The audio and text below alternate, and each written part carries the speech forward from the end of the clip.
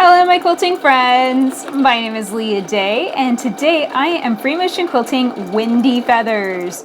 So this is a really cool design that goes from edge to edge in your quilting space. And you can see I start out with just these gentle curving lines. So this is how you want to start, just some gentle lines going from edge to edge. This is could be like through a border. And I'm going to do, it looks like 4 lines in a row. And that creates 3 little channels. And I just like the look of that today. You could do any number of lines that you want. Okay, so you form those lines and then now we're gonna create a gap line. I'm gonna stitch over and then I'm gonna wiggle in and hit against that line before it. So now I'm gonna branch out again and aim and hit that point. That looks good.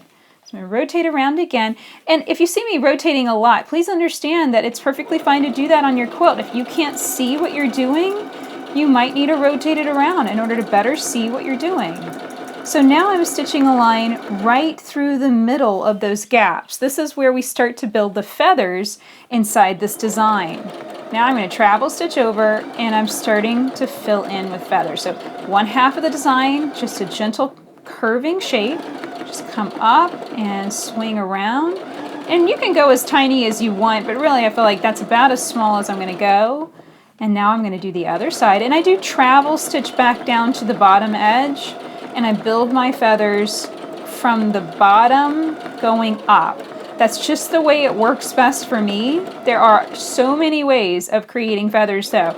I really want you to experiment with that and see what feels the most natural for you. But you know, you can always rotate it around. If you can't see what you're doing, rotate it around, and now we can form the feathers this way. I just like that way of forming the shape, kind of curling up from the bottom and then around. And then these are also travel back feathers, meaning that I am traveling along the back of the previous feather, then swinging out and around to form the next feather. I just like that because the travel stitching all ends up in the same place. And I don't know, I just feel like I can really easily fit the feather into that space, and that works for me. Okay, so now I'm going to travel stitch down. I just have trouble stitching feathers backwards, honestly, and that's a whole different skill to build, to be able to go up one way and then back down another and keep the angle and direction all consistent. And I have not built that skill yet, so I just travel stitch my way back down to the beginning and I swirl out and do the exact same movement basically on the opposite side. And then that way, that ensures the feathers look identical on both sides of the design. I'm not too worried about one looking weirdly angled or, you know, slightly strange. So that helps out a lot. Okay.